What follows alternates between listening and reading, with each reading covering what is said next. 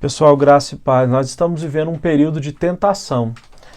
Tentação em que sentido? Nós temos sido tentados muitas vezes pelo medo, temos sido tentados à incredulidade, temos sido tentados a desprezar tudo que está acontecendo como se isso fosse sinal de fé. Tem gente que é presunçoso, né, e quer desprezar o momento achando que isso é fé.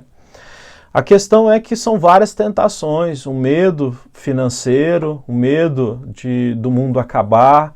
Então muitas pessoas estão com medo. E eu me lembro da passagem de Jesus no capítulo 4, quando ele foi tentado pelo diabo. Nosso próprio Senhor Jesus Cristo, ele foi tentado.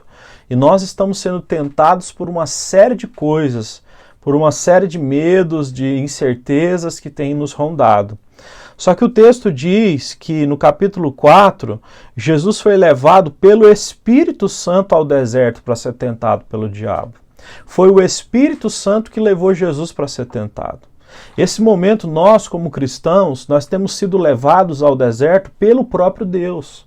É Deus quem tem nos colocado nessa posição difícil, porque Ele quer nos fortalecer. O cristianismo na face da terra tá frouxo, tá fraco. Não consegue mais o que? Ter a graça divina, o poder divino da evangelização, da oração. Nós não vemos conversões, vemos igrejas lotadas de entretenimento, vemos igrejas lotadas simplesmente querendo encher as pessoas de emoções. Não há conversão. Por isso nós vemos o que? Tantos escândalos e tantos problemas. Deus Ele vem sobre todo mundo, não é? E Ele está nos levando a um local de tentação. Não é Deus que nos tenta. Deus não tenta ninguém, diz Tiago capítulo 1. Mas Deus nos leva ao lugar da tentação. Porque como diz em Deuteronômio capítulo 8, no versículo 1 e 2, Deus foi quem provou vocês no deserto para que vocês soubessem o que estava no seu coração. Então, neste momento agora, dá para você saber o que está aí dentro de você. No que de fato você acredita.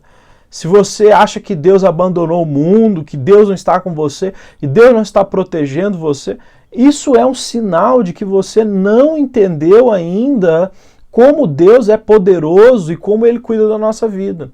Então, Jesus foi levado pelo Espírito Santo para ser tentado pelo diabo.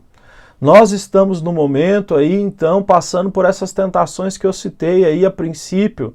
Muitos medos, muitas incertezas, mas é Deus quem tem permitido. Não adianta dizer que é o diabo, que é só o pecado dos homens. Deus é soberano.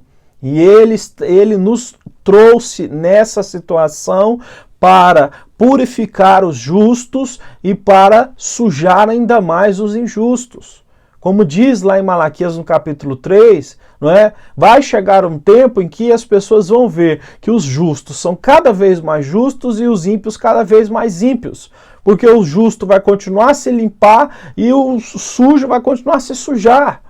E é isso que você vê nesse momento. Você vê o quê? A fé de muitos fraquejando nesse momento. Você vê muitos desistindo, muitos colocando a culpa em Deus pela situação, mas Deus tem nos colocado nessa situação para que nós possamos ser fortalecidos. O nosso Senhor Jesus Cristo, antes de começar o seu ministério, ficou 40 dias, então, orando e jejuando e sendo tentado pelo diabo para o fortalecimento e a preparação do seu ministério. Deus, Ele quer que nossa vida seja instrumento, testemunho da glória dEle. A gente precisa se fortalecer para passar essa mensagem para outras pessoas. Então, nós estamos fracos e Deus está usando essa situação para nos fortalecer.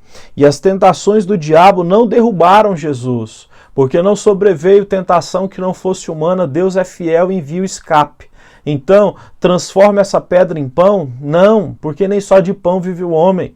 Então, este é o momento agora de você não fraquejar e não desistir, porque a Bíblia diz que quem se mostra frouxo na hora da angústia, este vai ser derrotado.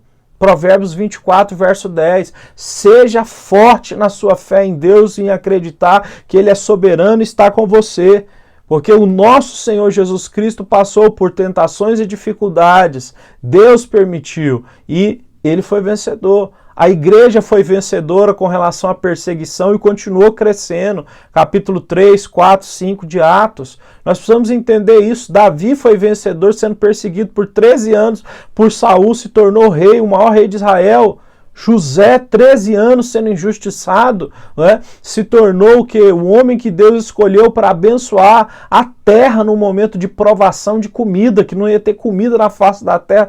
Veio uma escassez enorme, uma situação que totalmente diferente, né, como nós estamos vivendo agora, essa epidemia na época lá de José, todo mundo sem comida por 7 anos, uma escassez grande.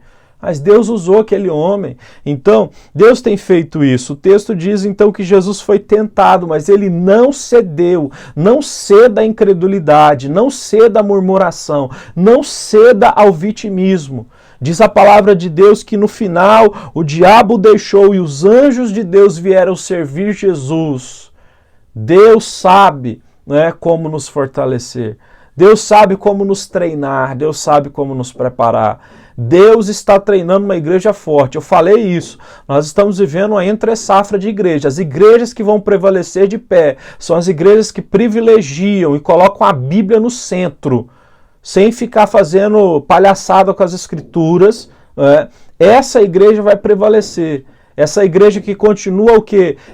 Se desenvolvendo, que cresce também no uso da tecnologia. Essa igreja que crê em Cristo Jesus e que crê que Ele continua fazendo milagres. Essa é a igreja que vai prevalecer e eu e você fazemos parte dela.